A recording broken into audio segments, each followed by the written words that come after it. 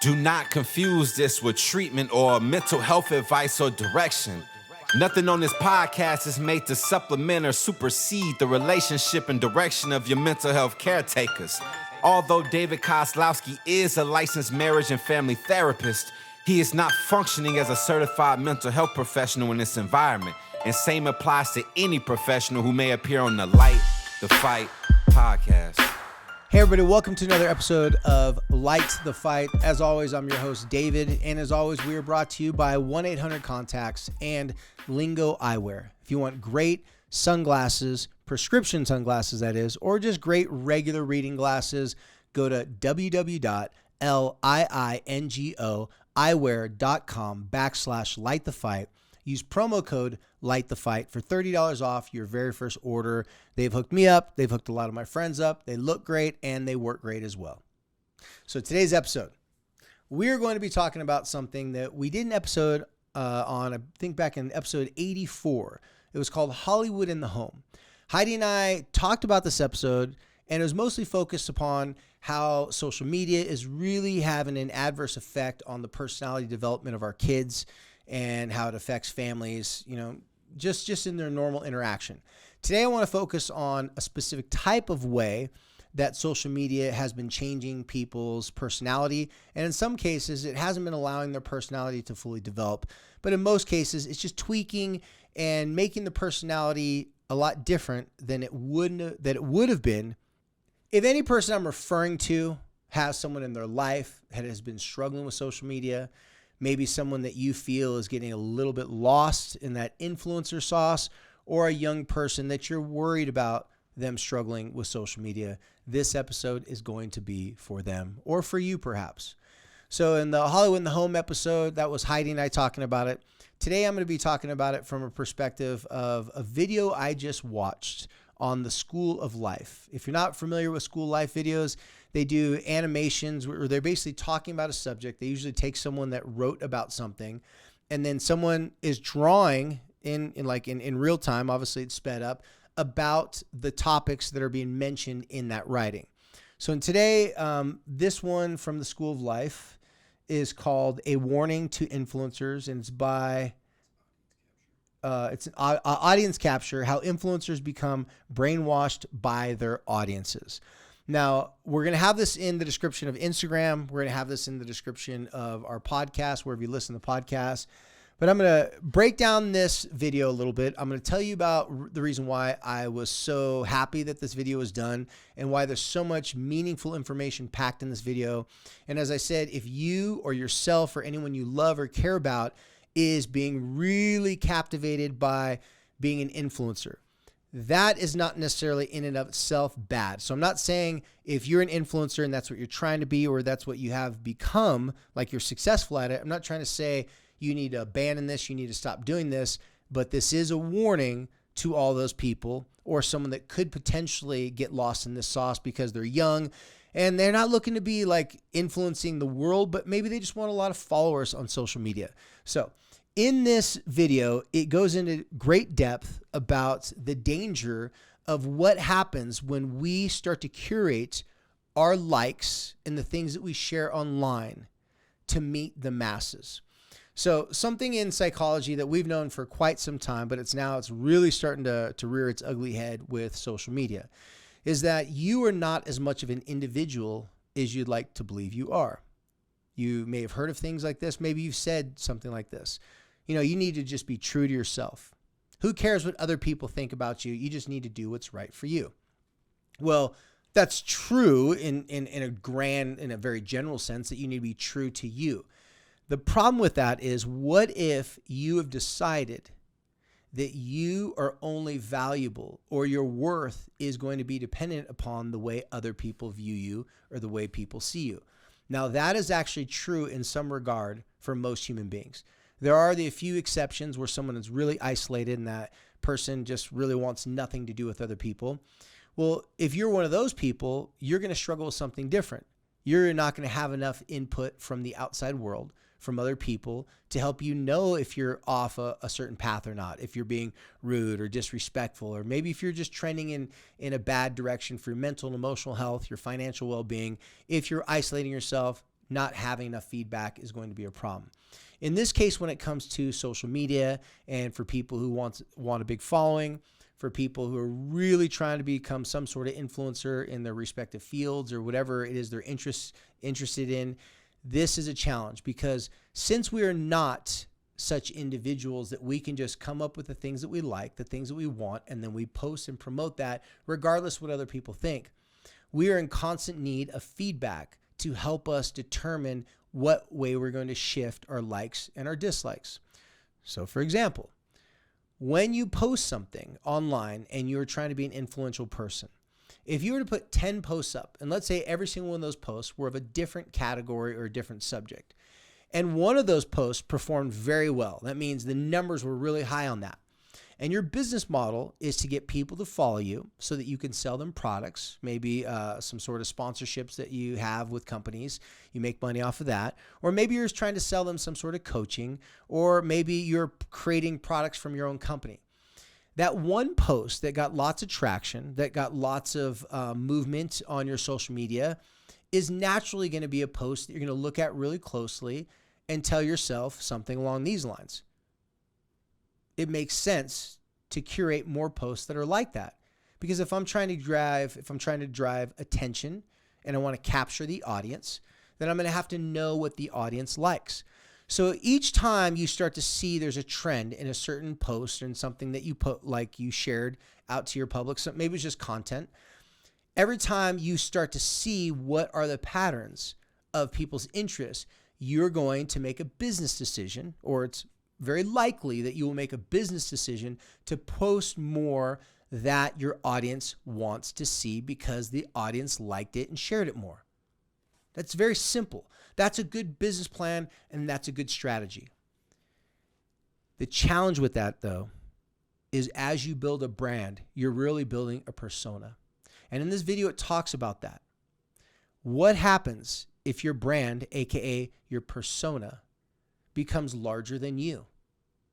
Then you're not going to be really posting and sharing things and content that is close to your true likes, dislikes, and the things that you really believe and feel. You're going to post what the audience believes the persona would think or feel. So going back to, you're not as much of an individual as you'd like to think you are.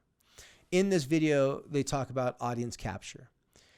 The goal is to capture the audience's attention. But they warn in this video, and I could not agree more. The challenge is when you're posting, you're capturing the audience, but in reality, the audience is capturing you. You're trying to hypnotize the audience, but in actuality, the audience is hypnotizing you. It's feeding your persona, it's feeding your brand, it's feeding you all the things you need to know. The analytics on Instagram, for example, are so accurate and they're so clear that it's easy to make your business plan and to schedule your content and things that you use to get people's attention, to drive traffic to whatever site or however you're trying to gain influence and money. It would be so natural just to follow the numbers, because the numbers don't lie if you're trying to meet some sort of monetary gain. With this, though, the development of oneself becomes solely or largely what the audience wants it to be, not what the individual wants it to be. So I'm going to read you a few notes that I took from this. And you guys, I can't emphasize enough. Please go watch this video. It's only 7 minutes long. But a couple of things they talked about. It says, irresistible force in the world of influencing is an unconscious process. So when you're trying to influence someone, it's this irresistible feeling of, like, when you do influence someone and they make a comment, they say, oh my gosh, I loved your episode. And by the way, you guys, this happens with me as well. I'm going to talk to you about how I've been able to work with this and give you some solutions for this in just a minute. And so it's this pool of, like, people like me, they're communicating with me.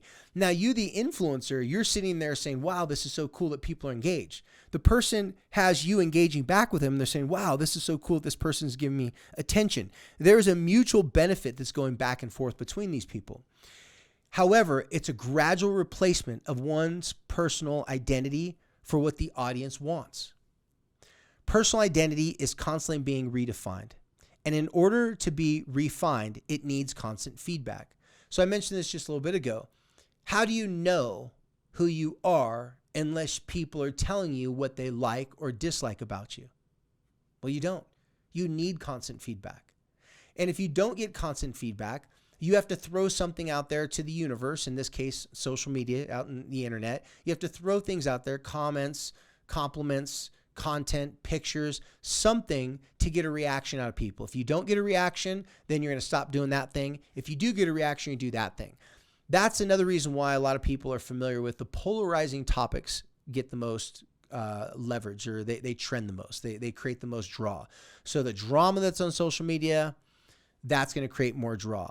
The outlandish opinions, the personas that have been created on social media. I know a lot of people have been talking about, a couple people have been canceled lately on social media. These people had very controversial takes on situations, and because of that, they were canceled. Now, some people think they should have been canceled. Some people think they should have been canceled.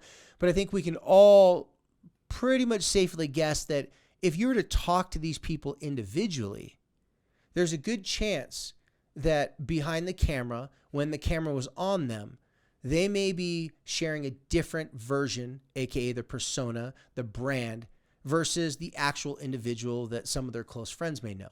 Now, I don't know this to be a fact, but I've counseled lots of people that have social media followings, whether it be from small, medium to large, people that do have influence online. And these people are always battling and grappling with, how do I stay true to myself but still get the people to follow me? Now, it's going to be a difficult thing for anyone. Some people are going to navigate it better than others. Now, I know for myself, I figured out a few things which I'd like to suggest. So just be clear with you guys in case you have not got the warning. If you want to develop your personality to the fullest and to be able to really maximize your sense of self, and you also want to be an influencer, this is going to be a very, very difficult thing for you to do, because to be an influencer, it literally requires you in almost any situation a lot of hard truth and honesty with yourself. What are you willing to do? What are you not willing to do? Even if you decided in the very beginning of your influential, branding or whatever it is you're trying to do, even at the very beginning you said, these are my rules, these are what the places I'm not going to cross over, these are the things that I'm going to avoid no matter what, you're going to be put up against those things at one particular point in time where you're going to have to make that decision over and over again. Now, I can't tell you what the right decision is for your situation, but I can tell you it's going to be really hard to not change your persona, which ultimately can change your personality, which ultimately can cause you to be very lost and confused.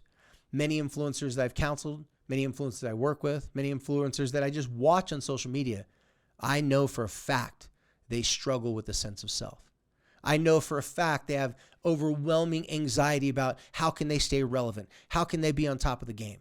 They're very competitive by nature. They want to win. They want to be successful. And at the end of the day, they're still wondering how can they be them and still have lots of followers. This is a very difficult task. It's very hard for anyone to do. I can only share with you what I've been doing more recently. So not because I'm some saint or anything like that, but during the pandemic, I decided to get off all social media whatsoever. Removed all my accounts, had a two-year break, over 2 years. Just recently because of this podcast and because of things I'm trying to do moving forward in the future, I decided that I'd become more active on social media again, just as of 30 days ago. As I've been doing this, I've been having to take my own advice. We look on Instagram, we see what is trending, what are the things trending with our topics. So I'll post a video.